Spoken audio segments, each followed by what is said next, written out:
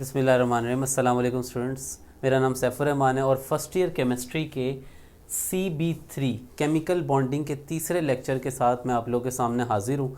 और इससे पहले मैंने आप लोगों को केमिकल बॉन्डिंग के अंदर दो चीज़ें पढ़ा दी हैं। एक तो मैंने आपको ये बड़ी तफसील से बताया कि नोबल गैस कॉन्फ़िगरेशन क्या होती है, और मैंने आपको ये भी बताया कि आइंस बनते ही क्यों हैं। आइंस इसलिए बनते हैं ताकि वो नोबल गैस कॉन्फ़िगरेशन को एक्वायर करें। आज की क्लास में ये लफ्ज़ देखिए, मैं सबसे पहले क्लास के आगाज़ में ये बोल देता हूँ कि ये देखिए नोबल गैस कॉन्फ़िगरेशन लिखा हुआ, तो हमें अब पता है कि ये नोबल गैस कॉन्फ़िगरेशन होती क्या है।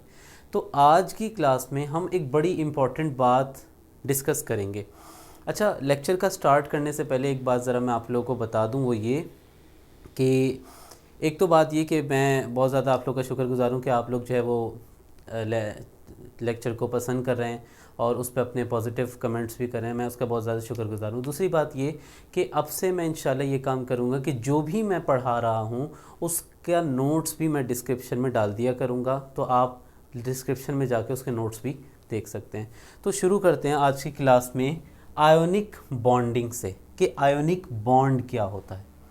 ठीक है, ये इसकी डेफिनेशन मैंने पहले से ही लिख दी है और मैंने आज की क्लास में सोडियम और क्लोरीन के दरमियान आयोनिक बॉन्ड कैसे बनता है इसको ज़रा आप लोगों से मुझे डिस्कस करना है। आप लोग पूरी बात अच्छे से समझ लीजिएगा, ठीक है। और नोट्स वो मैं आपको पहले ही बता दिया कि वो आपको मिल जाएंगे।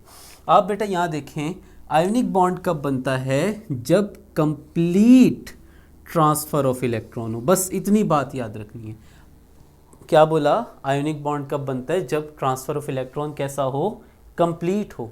एक एटम से दूसरे एटम में जब कंप्लीट ट्रांसफ़र ऑफ इलेक्ट्रॉन हो जाए, इस तरीके के बॉन्ड को क्या कहते हैं? Ionic bond.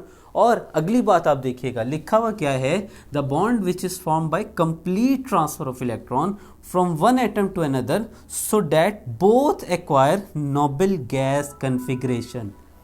ये बात बड़ी इंपॉर्टेंट है, दोनों नोबल गैस कॉन्फ़िगरेशन एक्वायर कर लें, इसीलिए तो वो क्या करते हैं? इलेक्ट्रॉन का लॉस या इलेक्ट्रॉन का गेन करते हैं। और इस नतीजे में जो बॉन्ड बन के आते हैं उसको कहते हैं आयोनिक बॉन्ड। और आयोनिक बॉन्ड को ही बेटा एक और नाम भी दिया जाता है, मैं यहाँ पे लिख देता हूँ इलेक्ट्रोवैलेंट बॉन्ड।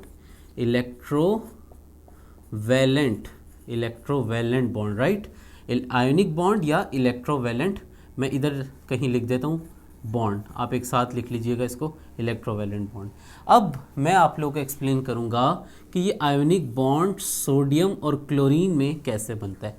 एक छोटी सी बात आप याद रखें, देखें, सोडियम, पोटेशियम, कैल्शियम, मैग्नीशियम, यम यम यम यम की आवाज़ आ रही है, ये मेटल हैं। आयोनिक बॉन्ड मेटल और नन मेटल के दरमियान बनता है। एक बात आपने याद रखनी है बेटा, वो ये कि मेटल इलेक्ट्रॉन लूज़ करता है और नन मेटल इलेक्ट्रॉन को जनरली क्या कर रहा होता है? गेन कर रहा होता है, राइट। तो आप यहाँ देखिएगा, ये कुछ बेसिक बातें हैं जो वैसे ही आपके इल्म में होनी चाहिए।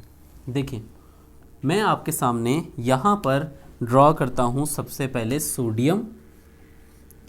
ये पूरी बात समझानी है, पहले इधर देखें गौर से। सोडियम के पास टोटल 11 इलेक्ट्रॉन होते हैं, पिछले लेक्चर में बताया था CB2 के अंदर, ये CB3 चल रहा है, CB2 के अंदर बताया था सोडियम के पास टोटल 11 इलेक्ट्रॉन है। तो मैंने आपको ये भी बताया था कि किस शेल में कितने इलेक्ट्रॉन आएंगे, इसका एक फॉर्मूला होता है। पहले शेल में ज़्यादा से ज़्यादा 2 इलेक्ट्रॉन आएंगे, यहाँ लिखा 2, फिर उसके बाद 8, 2 और 8 टोटल ये 10 हो गए, और हमारे पास कितने इलेक्ट्रॉन है? 11। तो आखिरी शेल में एक इलेक्ट्रॉन आएगा। ज़्यादा सकते हैं लेकिन है कितने? एक ही है, तो वो लिख दिया। अब आप यहाँ देखें, सोडियम के आखिरी शेल में कितने इलेक्ट्रॉन हैं? एक इलेक्ट्रॉन है। और मैंने आपको बताया था कि कोई भी एटम ये चाहता है कि उसके आखिरी शेल में कितने इलेक्ट्रॉन रहें, उसकी नोबल गैस कॉन्फ़िगरेशन रहे। और ये ऑक्टेट रूल फिल करते हुए इसको या तो ये कर ले कि 7 इलेक्ट्रॉन कहीं से ले आए या अपना एक इलेक्ट्रॉन रिलीज़ कर दे। आफियत इसमें है कि ये अपना एक इलेक्ट्रॉन क्या करे? रिलीज़ कर दे।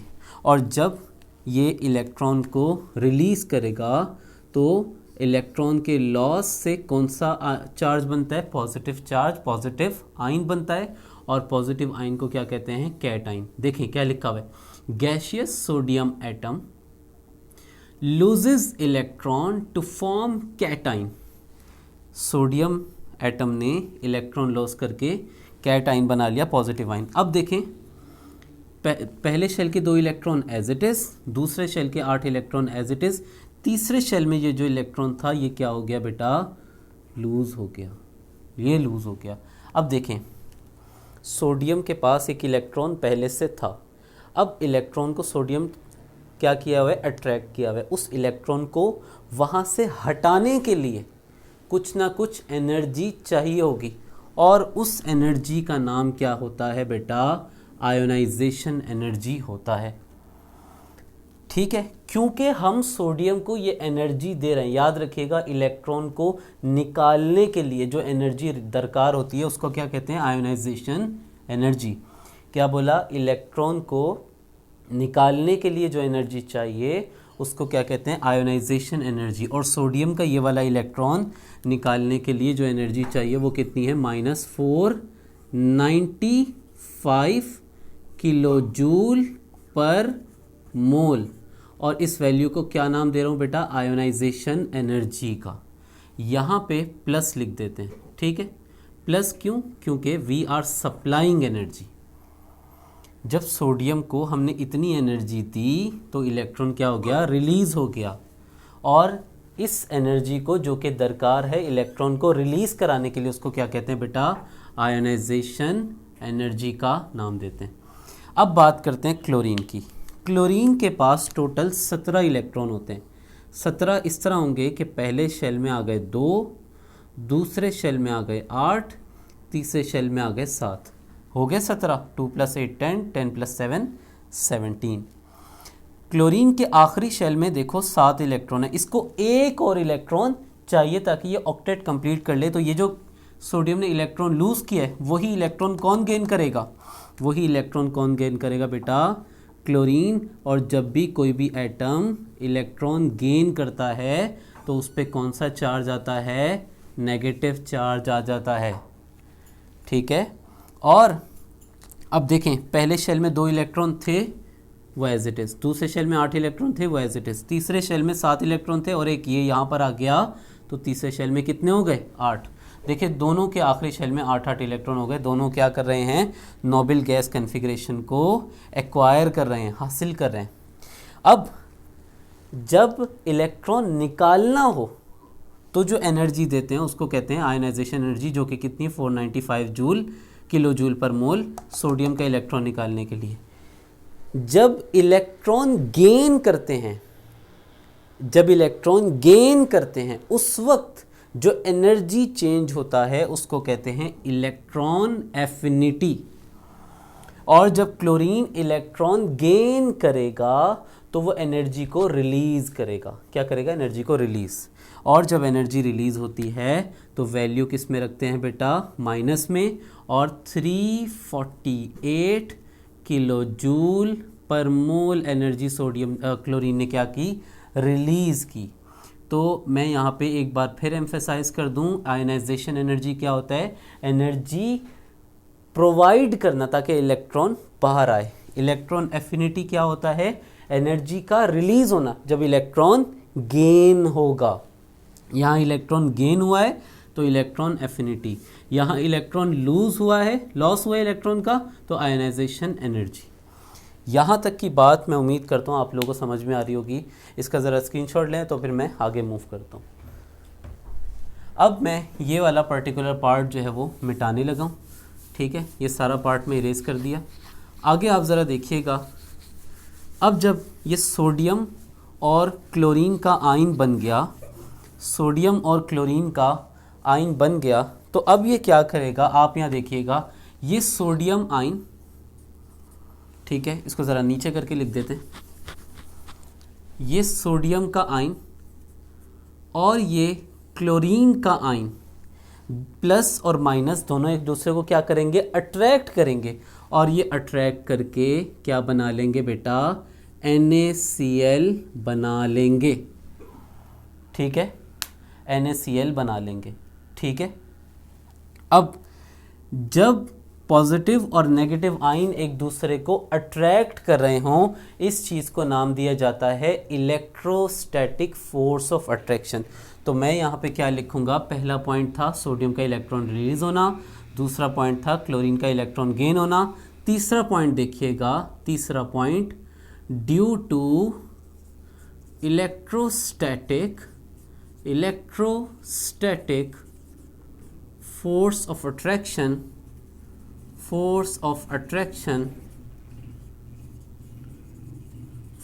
attraction sodium ion and chloride ion will combine to form solid NaCl। ठीक है, अब इसने क्या किया बेटा, ये सोडियम और ये क्लोरीन आपस में मिल गए, क्योंकि प्लस माइनस है तो ये दोनों एक दूसरे को अट्रैक्ट करेंगे और सोडियम क्लोराइड बना लेंगे। अच्छा, एक बड़ी अहम बात यहाँ पे देखें, ये सोडियम का गैसियस आयन है और ये क्लोरीन का गैसियस आयन है, और ये क्या बन रहा है, सॉलिड बन रहा है। बेटा याद रखिएगा, जब आयन्स आपस में एक दूसरे को अरेंज करके एक सॉलिड बनाएं, उस वक्त जो एनर्जी निकलती है उसको कहते हैं लैटिस एनर्जी। क्या कहते हैं, लैटिस एनर्जी। अभी लैटिस एनर्जी की भी डेफिनेशन बताता हूँ। मैंने क्या बोला, जब दो गैसियस आयन्स आपस में अट्रैक्ट होके एक सॉलिड बना लें, इस एनर्जी को क्या कहते हैं, लैटिस एनर्जी। और क्योंकि ये एनर्जी रिलीज हो रही है तो इसकी वैल्यू क्या होगी, माइनस। और सोडियम और क्लोराइड के आयन जब मिलते हैं तो जो एनर्जी रिलीज होती है वो होती है 788 किलो जूल पर मोल। ठीक हो गया। तो ये आपके पास देखें 495 एनर्जी सप्लाई की, 348 एनर्जी रिलीज हुई, 788 एनर्जी रिलीज हो गई। अच्छा, अगली बात देखिएगा, अब मैं आप लोगों से बात करता हूँ लैटिस एनर्जी की डेफिनेशन पे।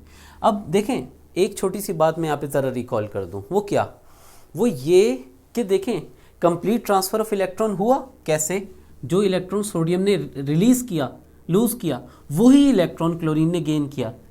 यहाँ से इलेक्ट्रॉन चला गया, यहाँ पे इलेक्ट्रॉन आ गया, ये बात ख़त्म। तो दोनों में प्लस माइनस बन गए, तो दोनों एक दूसरे को क्या करने लग जाएंगे, attract.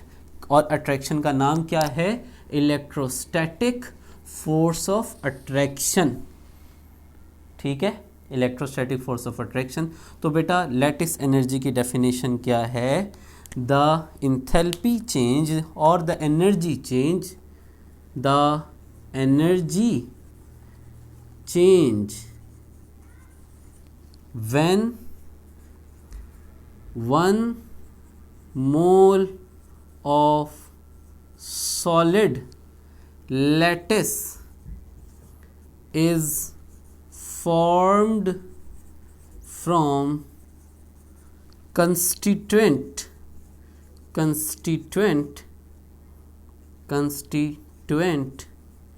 gaseous ions under standard conditions। यहाँ पे लिखेंगे स्टैंडर्ड कंडीशंस, ये हिस्सा मिटा दिया। ठीक है, under standard conditions, right, is called lattice energy. Conditions is called lattice energy. तो बेटा याद रखिएगा, लैटिस एनर्जी कब बनती है, जब आयन्स अरेंज होके सॉलिड स्ट्रक्चर बनाए। क्या, जब आयन्स अरेंज होके सॉलिड स्ट्रक्चर बनाए। मैं इसको यहाँ पे एक और बात देता हूँ। देखिए ये गैसियस आयन्स हैं सारे, ये गैसियस आयन है और ये सारे मिलके एक सॉलिड स्ट्रक्चर बना रहे हैं, ये सारे मिलके सॉलिड स्ट्रक्चर बना रहे हैं। सही है। इस वक्त जो एनर्जी रिलीज होती है, इसको लैटिस एनर्जी कहते हैं। और यहाँ पे यही तो हुआ, गैसियस आयन मिलते गए, सोडियम क्लोराइड बनता गया। तो ये हमारे पास आयोनिक बॉन्डिंग थी। मैंने इसको कॉम्प्रीहेंसिवली आप लोग को एक्सप्लेन करने की कोशिश की है। आप लोग अपना वैल्यूएबल फीडबैक मुझे लाजमी दीजिएगा और इंशाल्लाह अगली वीडियो के अंदर मैं आप लोगों से कोवेलेंट बॉन्डिंग के हवाले से बात करूँगा। अपना बहुत ख्याल रखिएगा। अल्लाह हाफ़िज़।